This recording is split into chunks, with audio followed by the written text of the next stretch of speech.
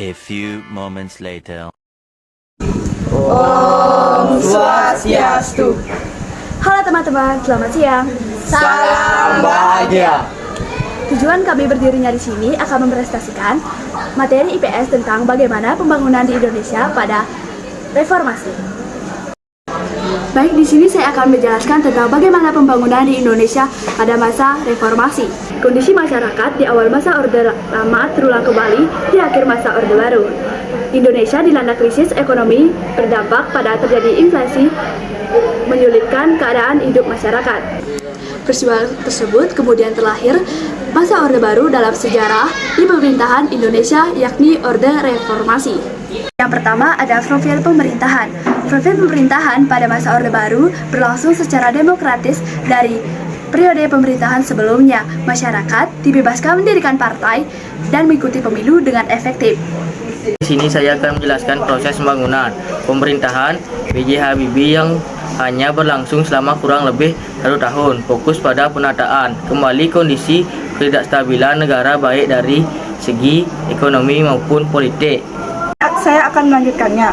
Seperti juga Habibie, masa pemerintahan Gus Dur berlangsung tidak lebih dari 2 tahun akibat dari belum stabilnya konsolidasi politik di Indonesia setelah peristiwa reformasi.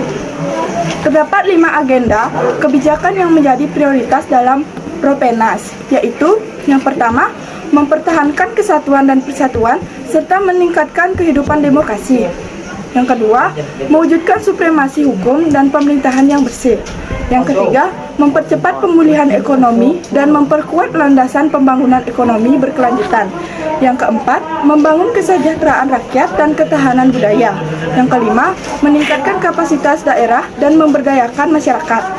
Baik, sekian dari saya. Saya akan menjelaskan tentang masa pemerintahan Gus Dur.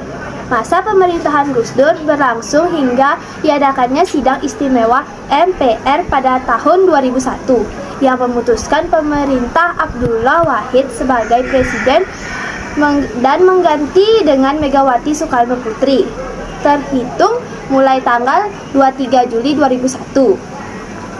Di bidang ekonomi, Megawati melakukan beberapa kebijakan untuk mendekor perekonomian. Momen penting pembangunan pada masa Megawati terjadi saat dibuatnya Undang-Undang Nomor 25 Tahun 2004 tentang Sistem Perencanaan Perkembangan Nasional.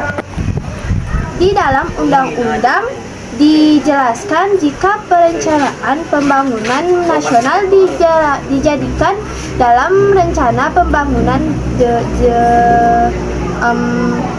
jangkauan panjang atau RPJP untuk di periode 20 tahun dan rancangan perkembangan jangkauan menengah atau RPJM. Baik, di sini saya akan melanjutkannya. Sasaran utama pembangunan pada masa pemerintahan Jokowi adalah pembangunan infrastruktur dan sumber daya manusia dengan melakukan reformasi birokrasi atau perombakan tata kelola pemerintahan.